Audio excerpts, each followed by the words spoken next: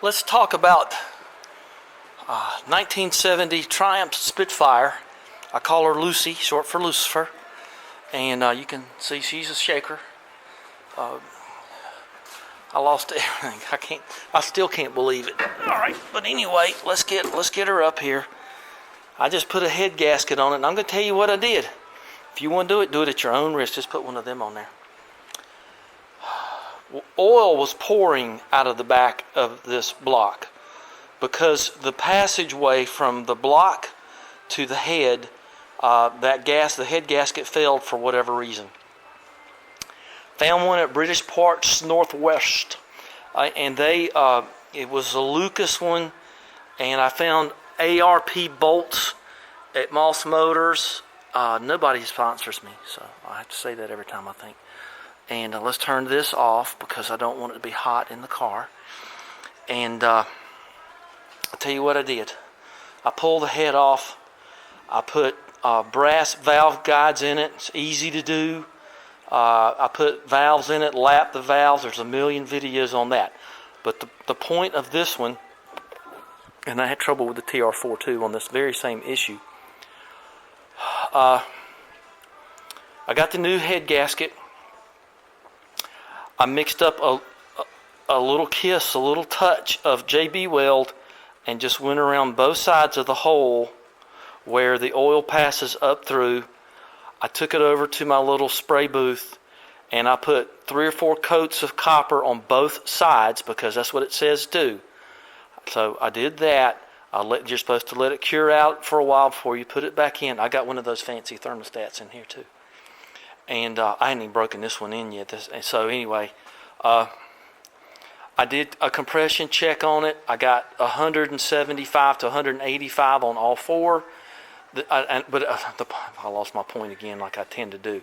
So I put the JB Weld, the copper, rested it on there with the studs in place. I rested the head on there with no bolts. And I went back in the house and waited till the next day. And I came out and I torqued those to their value. I forget what it is. What was it, 50 pounds? I think that's 100 and 105 pound-feet on that. But I think this one's 50. So if you're having trouble with oil pouring out of the back of your Triumph head, or whatever it is, I guess, then just try that little trick if you want to risk it. You can't use silicone. And I just thought JB Weld, just a little bit of it on both sides, and then copper coat it was the best thing to do. So isn't that funny? And it works. I did that a long, long time ago. Family went to Italy, came back, and they made me sick. I'll never forget that. So that takes care of that. The other issue that you run into with any car nowadays that has an oil filter where the base, it screws down and the base is on the bottom, is that you have trouble here. And it's called the drain back valve. I happen to have one right here. See, you can see it right there, drain back valve. And this is my world famous Fram Stinks CarQuest or better display. Let me take this off, and I'll show you. So this belonged to my friend Mitch when he had a CarQuest not far from where I used to live. We're talking this thing, and this thing here nowadays. And since you're not driving the car that thing there, that's nothing. No comment. And so anyway, I had a man filter on my little Spitfire, which is about the best I could get for it. And in the next day, it was empty. So it doesn't really matter if you drive it every day, but they don't go every day. So I've got one of these Trans-Deluxe, whatever it is, I'll have to look it up, remote oil coolers. And these are tricky to put on because you got to get your ins and outs right. You know how that is. You got to get your ins and outs right. So you can tell right here that I no longer have the filter poking up in there, draining back into the case every flipping night. So when you start your car, it just knocks like hell unless you're like my system and I have a separate starter button from the key over there, so I can turn my motor over without the ignition on or the fuel pump running. So I can just hit the starter by itself. Few people can do that, or wired that way. I wired this car from scratch. I don't buy wiring harnesses. I wire everything from scratch. But that's not really the point here. Point is the oil filter drains back. So if you get this 1113, I think it is, kit, and it'll say out and obviously in.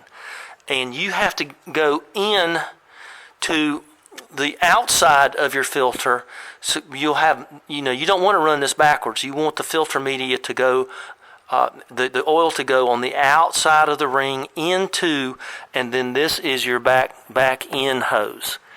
And so it goes to right here. So now I can lay that down, put some magnets on it, and it gets a lot of fresh air. So they don't have a grill in this thing. And you think, oh, you're crazy. Why don't you have a grill? I'll tell you why in a second. And I put a AC Delco alternator on this, so that you can take care of your oil problem, you can take care of your drain back problem. So when you start this car, you won't destroy your bearings. I took the oil pan off of this a couple of weeks ago. I powder coated it, cleaned it out, and it was filthy. And I had this thing off not that long ago. 6-7 years, and it was pretty sludgy. I got the power washer and cleaned it out. Did the same thing on the TR4. So that is a couple of little pointers on that. So back to the point, why don't I have the grill in there? I lost this video too. I fitted these side members. You might wonder what all this is. I fitted these side panels because the original ones leave like this much of a gap. Guess what? All your air's going everywhere but through your radiator. And this also does not have a mechanical fan, only an electric fan. And it does just fine. I'm not driving it in traffic anyway. So that's, and I recommend you do whatever you want to do, but you lose that mechanical fan, especially on TR4 where you got that big barbell that comes out across the steering rack. You get rid of a lot of vibration, and you get a couple, maybe get horsepower. I don't know. You're not spinning that huge chunk of metal around. So this has a true 2-barrel synchronized Weber.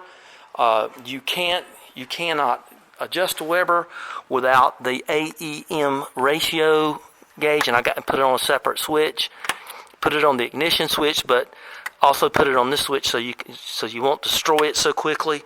You have to run it. You have to run that thing, keep it hot, keep it clean. But you can control it, and it'll last a lot longer. So I'm not going to go into Weber tuning.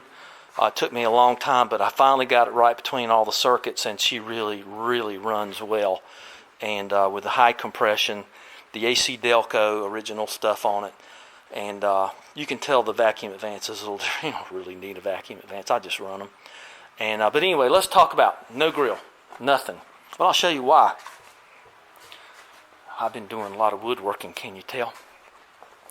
We're going to get to this. Well, I can't get to it too good from my other. If you touch this car, you're sorry. But I'm going to go upside down. Guess what? There's no true grill in a Jaguar. There's the big Spale fan that I run on this car. As those of you who have these cars know, the original fan, the electric fan of this thing is a joke. I mean, it somehow seems to work. But it looks like a lawnmower blade off something, and it's the same motor they used for wiper motors. It's that standard motor. So anyway, this is the way I like doing it. I'm out in the country. I don't have to go through a city. I don't have to go through stoplights or any of that stuff. So you want to take all this with a matter of where you live. What is it for you? What did I do that for? Who knows? So, and I had a hell of a time with these silicone radiator hoses on this car too. I mean, it was bad. I had to use silicone, ultra gray to get them to seal up.